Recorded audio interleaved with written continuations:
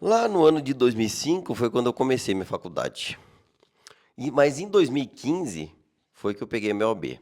Por tantos e percalços, trancamento de faculdade, mudança de cidade, 2015 finalmente peguei meu OAB. Depois de pegar meu OAB, eu consegui o tão sonhado emprego num dos maiores escritórios aqui de Curitiba. Famoso, tradicional, portas de vidro, escritório bonito.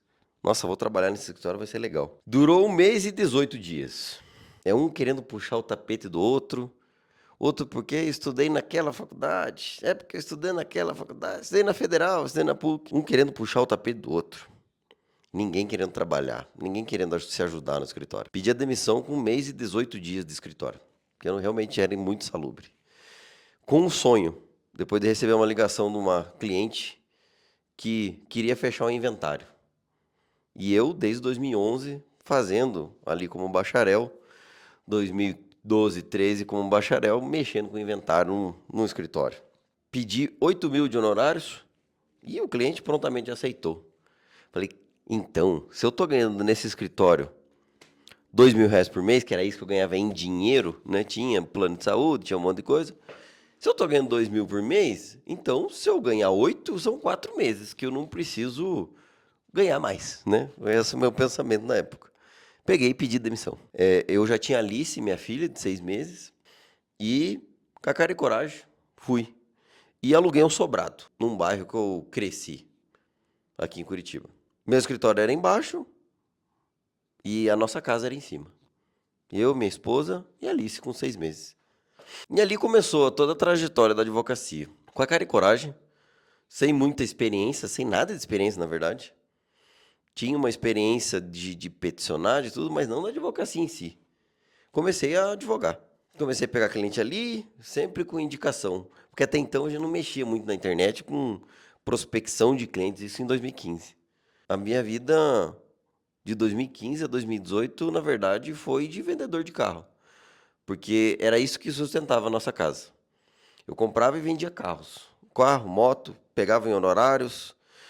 E daí eu achava uma oportunidade no LX, na internet.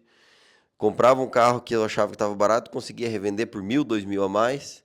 E nessa época o nosso aluguel era R$ 1.000 só, desse sobrado. Ou seja, a minha casa e o meu escritório custavam R$ 1.000 de aluguel. E nisso foram, de 2015, nessa casa, a gente morou até 2018. Em 2019 a gente se mudou, fui morar no centro de Curitiba para tentar fazer um network ali no centro. Tentei montar um escritório no centro cívico aqui em Curitiba. E nessa tentativa de querer crescer, meio que eu parei de comprar e vender carro, porque tinha que injetar dinheiro. E era difícil morando nesse apartamento porque eu estava morando no centro. Mas não só por isso, porque realmente não tinha mais para onde ir. Eu, Eric, estava achando que a advocacia estava saturada. E eu não fazia nada para mudar isso. Isso que era o complicado. Eu não fazia nada. Depois de algum tempo sofrendo e difícil de pagar aluguel, as contas acumulando, resolvi ir embora para os Estados Unidos. Eu vou vender tudo que eu tenho e vou embora para os Estados Unidos. Tinha um Audi A3, 2003, uns móveis velhos. Somando tudo, acho que deu uns 13 mil reais. Com esse dinheiro a gente fez os passaportes, os vistos, e até aí, 2019, a gente já tinha a Bela. A Bela estava com 8 meses, mas a Alice com 4 anos e a Bela com 8 meses. Vendemos tudo que tínhamos, fizemos o visto, passaporte, compramos as passagens e fomos morar em Salt Lake City, nos Estados Unidos. Na primeira semana é tudo lindo, maravilhoso quando você chega nos Estados Unidos. Porque você é turista na primeira semana. Na segunda semana que o bicho pega, principalmente na neve.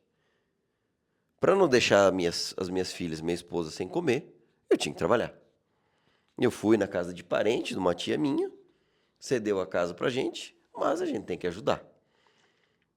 Consegui um trabalho no framing, na construção, fazendo casa de madeira. A estrutura toda de madeira. Eu ficava o dia inteiro com uma pistola de 40 quilos na mão direita, um cinto aqui, que pesava mais ou menos uns 10 quilos, cheio de prego, um martelo, e parafuso, trena, tudo que você imagina dentro daquele cinto, para poder trabalhar.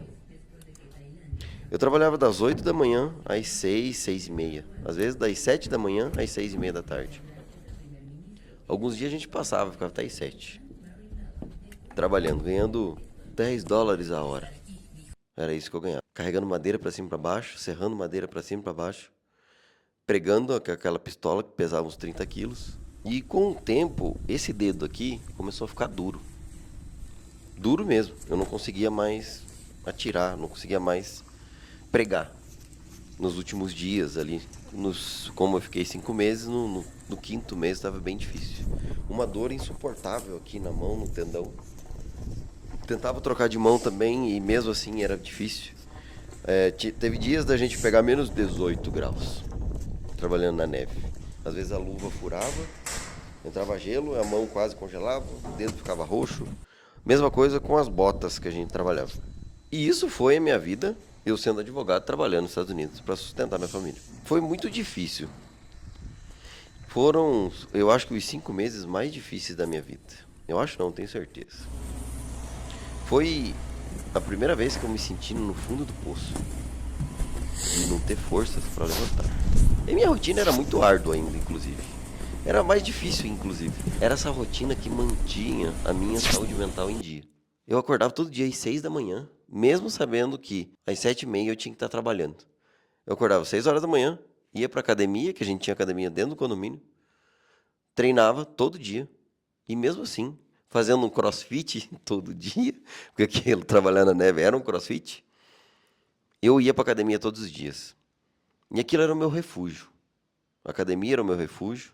Chegar em casa, dar um cheiro nas minhas filhas era o meu refúgio. Eu lembro que no primeiro mês, não foi nem nas primeiras semanas, no primeiro mês, eu voltava da construção, do trabalho, eu voltava dormindo no carro. Não era eu que estava dirigindo, vinha de carona. Eu voltava dormindo. E dormindo mesmo, mas de dormindo é pagar. Não sei se você já sentiu isso, mas chegar à exaustão. Era todo dia eu chegava à exaustão. Nesse primeiro mês. Depois você acostuma. Mas no primeiro mês foi bem assim. Eu me cansava demais.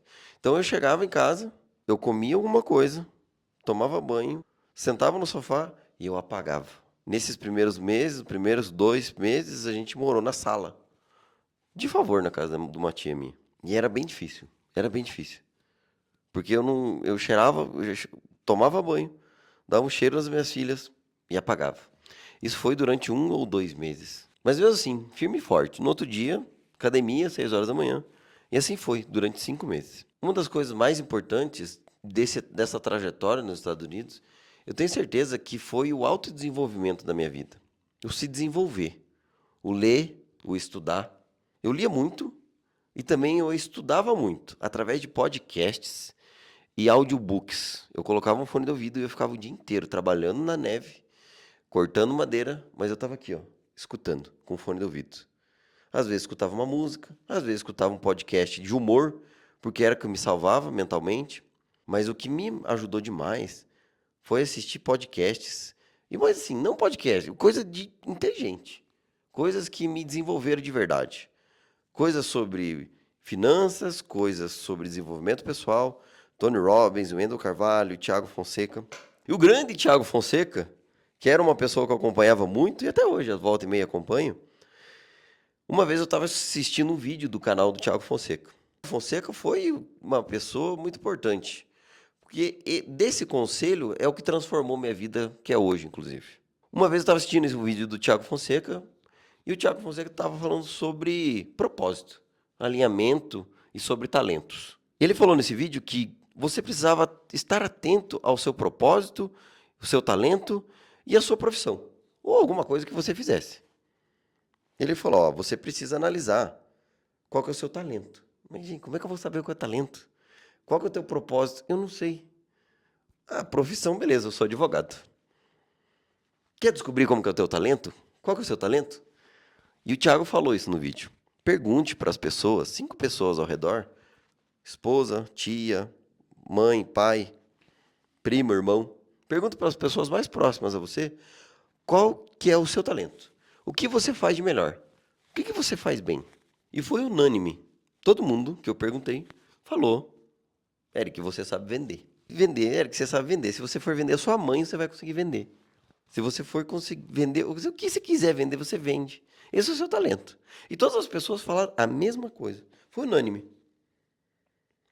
Como é que eu vou aliar o talento que é vender com a advocacia e com o propósito? E nisso foi durante os 4 meses, 5 meses que a gente ficou nos Estados Unidos. Como é que eu vou alinhar tudo isso, né? Como é que vai ser? Bom, eu sei que eu sou vendedor e eu sou advogado. Mas e o propósito disso tudo? E eu fiquei pensando. Principalmente ali nos últimos 2 meses. Era uma dúvida que me pegava todo dia. O que eu vou fazer da minha vida? Uma das coisas era não ficar lá nos Estados Unidos. Uma das coisas era voltar para o Brasil. E todo brasileiro que vai para os Estados Unidos trabalha igual um cavalo. Mas trabalha muito. E foi assim. Durante os 5 meses eu trabalhei muito. Do primeiro ao último dia eu trabalhei demais. E uma das coisas também que me pegava muito era isso. Por que eu não trabalho desse jeito lá no Brasil, na minha profissão? Por que eu não dou um jeito de fazer acontecer? Eu sempre fui uma pessoa muito incomodada com as coisas, sabe? No tanto que eu fui para os Estados Unidos porque eu estava incomodado. A diferença é que eu precisava ir para os Estados Unidos para clarear minha mente, para ver o que ia fazer da minha vida. E os Estados Unidos eu tenho certeza que foi um propósito de Deus na minha vida, para acordar, para fazer acontecer alguma coisa. Eu precisava ir para os Estados Unidos. A minha mãe falava para mim, não vá, vai dar certo, você vai só se ferrar. E você sabe quando uma coisa dentro de você assim fala assim, ó, você vai se ferrar, mas você tem que ir? Eu juro pra você que ia acontecer isso comigo. Eu não sei te explicar por quê, mas acontecia. Parecia que tinha uma força mandando eu ir pra lá. Eu fui. E deu no que deu, tudo que deu. Foi muito difícil. E tem muita coisa nos Estados Unidos que, se eu ficar aqui contando, a gente vai ficar 5 horas. E tem muita coisa também que eu não posso contar. Foi muito difícil, muito complicado. Depois dessa estadia nos Estados Unidos de 5 meses, voltamos para o Brasil. Eu achava que realmente a advocacia estava saturada. E eu não sabia o que mais fazer, porque 2019, inclusive meu irmão falou para mim uma vez, por que você não faz alguma coisa na internet? Por que você não faz um site? Isso em 2019.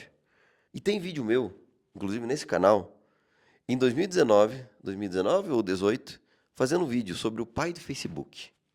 Ali foi uma tentativa de eu tentar fazer alguma coisa, produzir conteúdo para a internet. E eu tenho certeza que se lá em 2019 eu não tivesse parado, tivesse uma constância, o meu canal, o meu Instagram e a minha vida hoje estaria em outro patamar.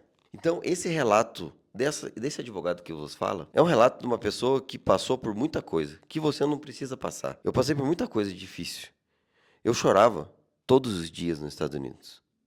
Todo dia eu derrubava uma lágrima. Que eu tinha desistido da minha profissão, largado a vida que eu tinha aqui, mesmo que ruim, difícil, eu larguei tudo para ir lá sofrer. Eu nunca passei fome, porque eu sempre dei conta de tudo. Eu sempre trabalhei.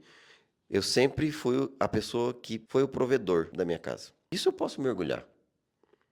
E eu tenho certeza que se eu não tivesse ido para os Estados Unidos, até hoje eu poderia ser uma pessoa frustrada. Eu sei que isso nunca ia acontecer, porque eu me conheço. Quando eu quero um negócio, eu vou atrás. E eu dou um jeito de fazer acontecer. Mas se eu não tivesse ido, até hoje eu estaria com essa dúvida. O que será que é nos Estados Unidos? Eu fui, me ferrei, aprendi muito e valeu a pena. Os 5 meses. Valeu muito a pena. Na época, era ruim demais. Só que eu tinha certeza que ali tinha um propósito de vida. E tudo que eu aprendi, sofrendo, inclusive, eu nunca vou esquecer. Me fez crescer. E eu tenho certeza que nenhuma faculdade do mundo ia ensinar tudo que eu aprendi nos Estados Unidos. Questão de moral, questão dos podcasts que eu ouvia, por questão de tudo. Depois de escutar o que o Thiago Fonseca falou, eu fiquei com essa dúvida, como eu já falei para vocês. Quando eu voltei dos Estados Unidos em 2020, eu comecei a aplicar tudo que eu tinha aprendido lá fora. Podcast, em vídeos do YouTube, Wendel Carvalho, Tony Robbins, Thiago Fonseca, Caio Carneiro. Toda essa galera me fez um bem danado. Esse autodesenvolvimento meio que forçado me fez crescer demais. Bota no papel. 5 meses, 8 horas por dia, isso dá bastante conteúdo, dá bastante coisa. Então foi por isso que eu aprendi muita coisa. Quando eu cheguei no Brasil, eu tinha certeza que eu não podia fazer o que eu estava fazendo e ir para os Estados Unidos. Falei, eu tenho que aplicar toda aquela força, aquela vontade que eu tinha lá, trabalhando nos Estados Unidos, no framing, sofrendo. Eu preciso fazer isso. E eu comecei a aplicar tudo que eu tinha aprendido. E minha vida começou a mudar aos poucos. No segundo mês de Brasil, eu tinha comprado já um carro zero, um Sandeirinho.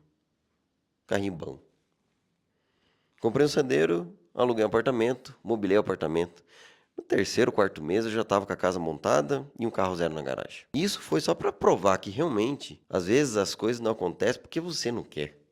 Porque você não paga o preço. Uma das coisas que eu aprendi é que a gente tem que pagar o preço das coisas. A gente precisa. Porque se a gente não pagar o preço, ninguém vai fazer por nós o que só nós podemos fazer. A minha vida não vai mudar se eu não mudar ela. E minha vida, graças a Deus, mudou. Quando eu aliei o propósito com as vendas e com a advocacia. Nós criamos a nossa comunidade, a JusLab, que hoje é a Gilei, e hoje nós temos uma plataforma.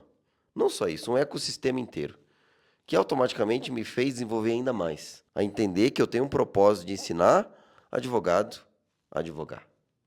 Ensinar o que a faculdade não ensina, ensinar um advogado a vender.